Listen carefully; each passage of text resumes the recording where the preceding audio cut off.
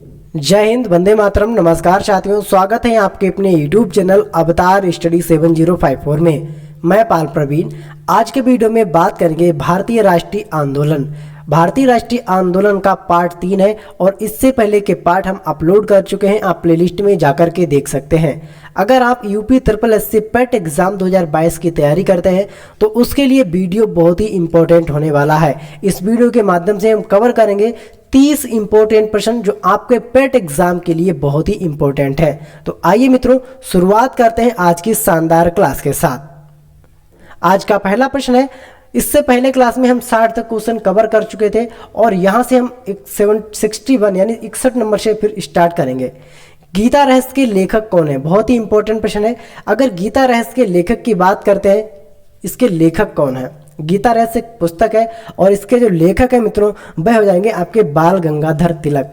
बाल गंगाधर तिलक के द्वारा गीता रहस्य नामक पुस्तक लिखी गई, आपने याद रखना है। बहुत ही इंपॉर्टेंट प्रश्न है आपके यूपी पेट एग्जाम के लिए, ठीक है।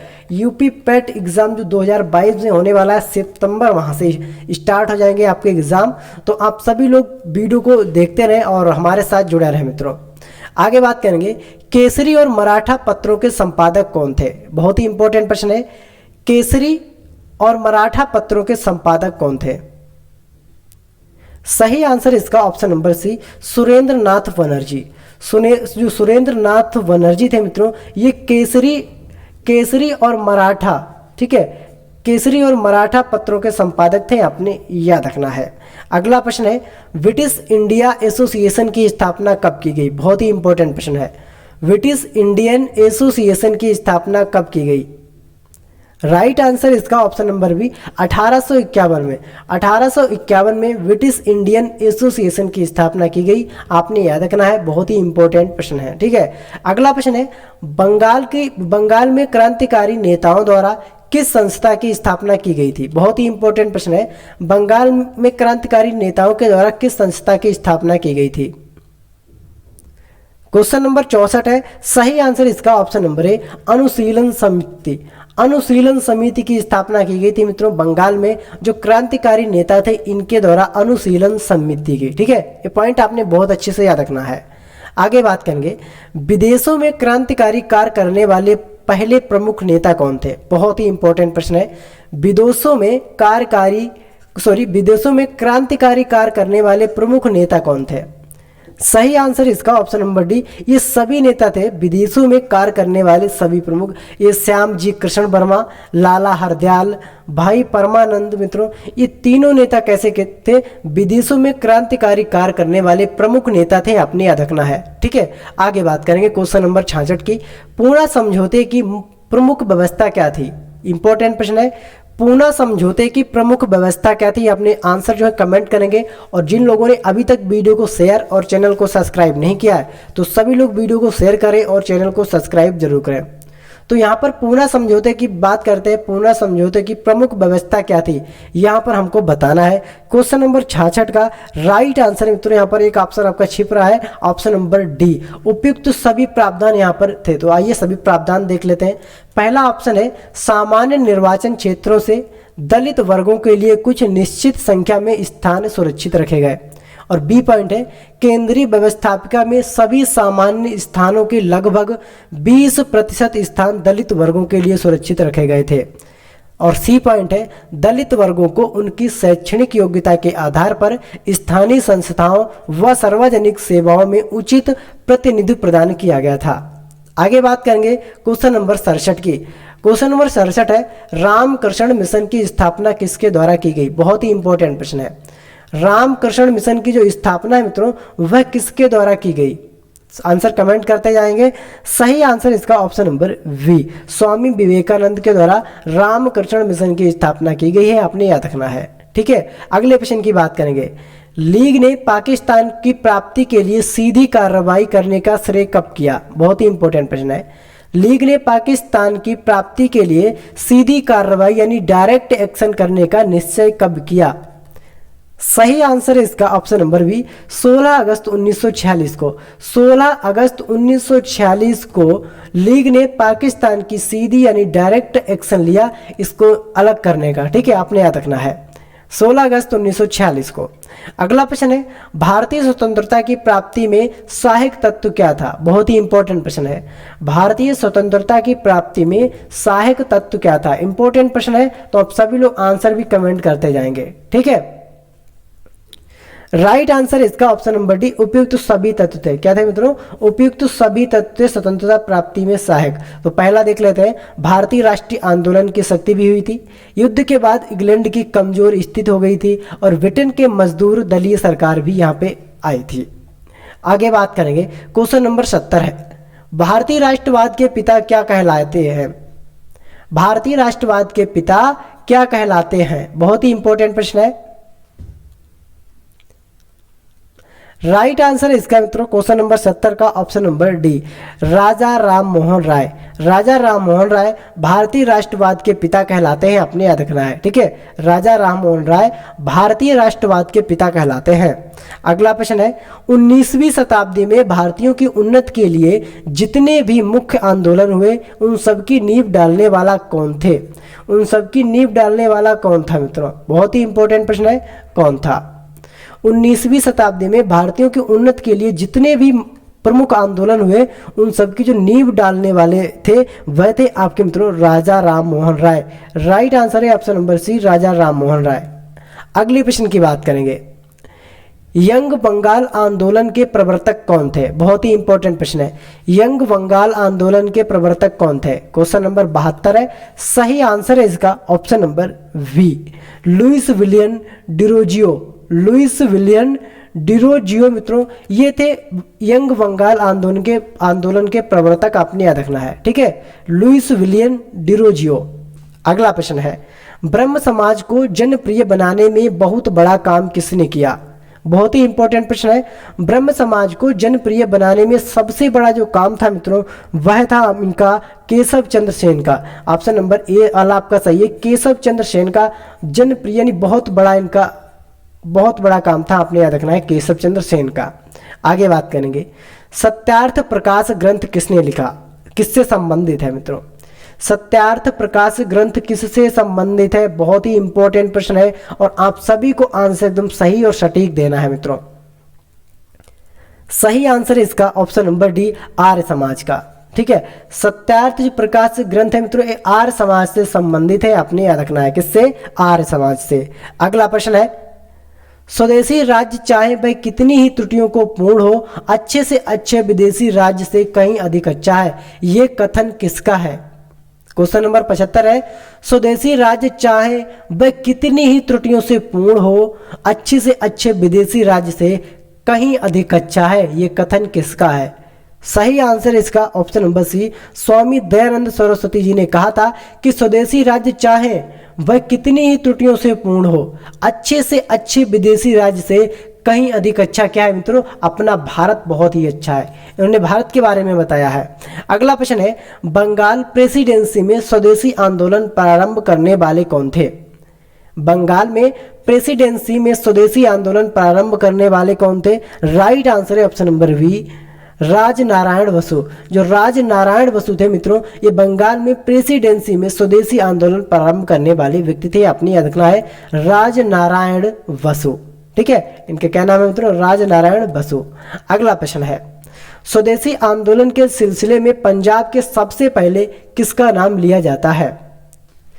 स्वदेशी आंदोलन के सिलसिले में पंजाब में सबसे पहले किसका नाम लिया जाता है? क्वेश्चन नंबर 77 है। सही आंसर इसका option number A, Ram Singh Kuka. जो राम सिंह कूका थे मित्रों इनका सबसे पहले नाम लिया जाता है पंजाब में, अगर स्वदेशी आंदोलन की बात छिड़ती है तब आपने याद रखना है, ठीक है। आगे बात करेंगे, क्वेश्चन नंबर 78 है, इंडियन सिविल सर्विस की परीक्षा पास करने वाले भारतीय कौन थे?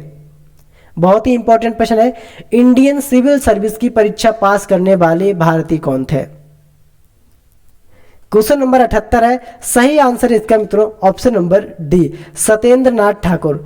सत्येंद्र नाथ ठाकुर के द्वारा इंडियन सिविल सर्विस परीक्षा पास करने वाले पहले भारतीय थे, आपने याद रखना है और बहुत ही इंपॉर्टेंट प्रश्न है, ठीक है। आगे बात करेंगे, वर्नाक्यूलर प्रेस एक्ट 1878 तथा आर्स एक्ट 1879 का संबंध किससे है? बहुत ही इंपॉर्टेंट प्रश्न है। वर्नाक्यूलर प्रेस एक्ट तथा आर्स एक्ट का संबंध किससे संबंधित है? सही आंसर इसका लॉर्ड लिटन। ये संबंध इनका है लॉर्ड लिटन से संबंधित है, आपने याद रखना है। अगर वर्नाक्यूलर प्रेस एक्ट की बात करते हैं तो ये आपका 1878 में आया था और आर्स एक्ट 1879 में आया था। ये भी पॉइंट आपने याद रखने हैं, ठीक है। अगला प्रश्न है, लिटन के राज की हालत क्रांति के कगार पर खड़ी थी, ये किसने लिखा? ये मित्रों एक लाइन है, लिटन के राज की हालत क्रांति के कगार पर खड़ी थी, ये किसने लिखा? सही आंसर इसका option number B, sir William Wedderburn. Sir William Wedderburn ने मित्रों लिखा था, आपने याद रखना है, वेडर वर्न ने इन्होंने लिखा था लिटन के राज की हालत क्रांति के कगार पर खड़ी है, ठीक है। आगे बात करेंगे, भारत दुर्दशा नाटक में अंग्रेजों के राजा में भारत की दुर्दशा का चित्र किसने खींचा? बहुत ही इंपॉर्टेंट प्रश्न है। भारत दुर्दशा नाटक जो कि 1876 में लिखा गया, अंग्रेजों के राज में भारत की दुर्दशा का चित्र किसने खींचा? बहुत ही इंपॉर्टेंट प्रश्न है।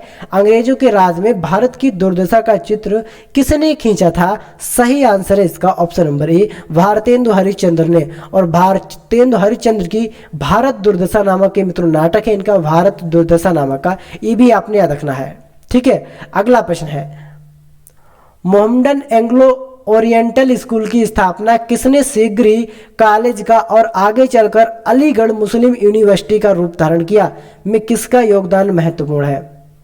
मोहम्मडन एंग्लो ओरिएंटल स्कूल की स्थापना की गई थी, जिसने शीघ्र ही कॉलेज का और आगे चलकर अलीगढ़ मुस्लिम यूनिवर्सिटी का रूप धारण किया, किसका योगदान महत्वपूर्ण है इसमें? सही आंसर इसका option number C, sir Syed Ahmed खां।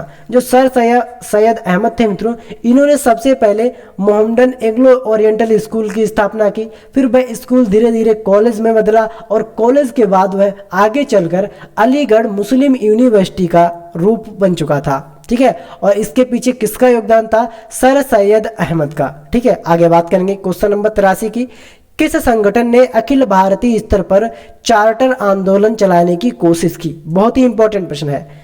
किस संगठन ने अखिल भारतीय स्तर पर चार्टर आंदोलन चलाने की कोशिश की? बहुत ही इंपॉर्टेंट प्रश्न है मित्रों। क्वेश्चन नंबर 83 का सही आंसर है option number B, British Indian association. Right answer क्या है मित्रों? ब्रिटिश इंडियन एसोसिएशन ने भारतीय स्तर पर चार्टर आंदोलन चलाने की कोशिश की थी। आगे बात करेंगे, ब्रिटिश इंडियन एसोसिएशन में से कौन संबंधित है? बहुत ही इंपॉर्टेंट प्रश्न है। ब्रिटिश इंडियन एसोसिएशन से कौन संबंधित है? महात्मा गांधी एवं जवाहरलाल नेहरू, महादेव गोविंद रनाडे तथा फिरोज शाह मेहता, गोपाल कृष्ण गोखले एवं लाला लाजपत राय, या रमेश चंद्र दत्त एवं बंकिम चंद्र चट्टोपाध्याय। तो राइट आंसर है इसका मित्रों option number D, Ramesh Chandra एवं बंकिम चंद्र चट्टोपाध्याय मित्रों ये एसोसिएशन से संबंधित है, अपने याद रखना है, ठीक है। इसी तरह बढ़ जाते अगले प्रश्न पर, लंदन इंडिया सोसाइटी के अध्यक्ष कौन चुने गए? बहुत ही इंपॉर्टेंट प्रश्न है मित्रों, लंदन इंडिया सोसाइटी के अध्यक्ष कौन चुने गए? राइट आंसर इसका ऑप्शन नंबर ए, दादा भाई नौरोजी। दादा भाई नौरोजी लंदन इंडिया सोसाइटी के अध्यक्ष चुने गए थे, आपने याद रखना है। अगला प्रश्न है, पूना सार्वजनिक सभा के सक्रिय सदस्य कौन थे? पूना सार्वजनिक सभा के सक्रिय सदस्य कौन थे?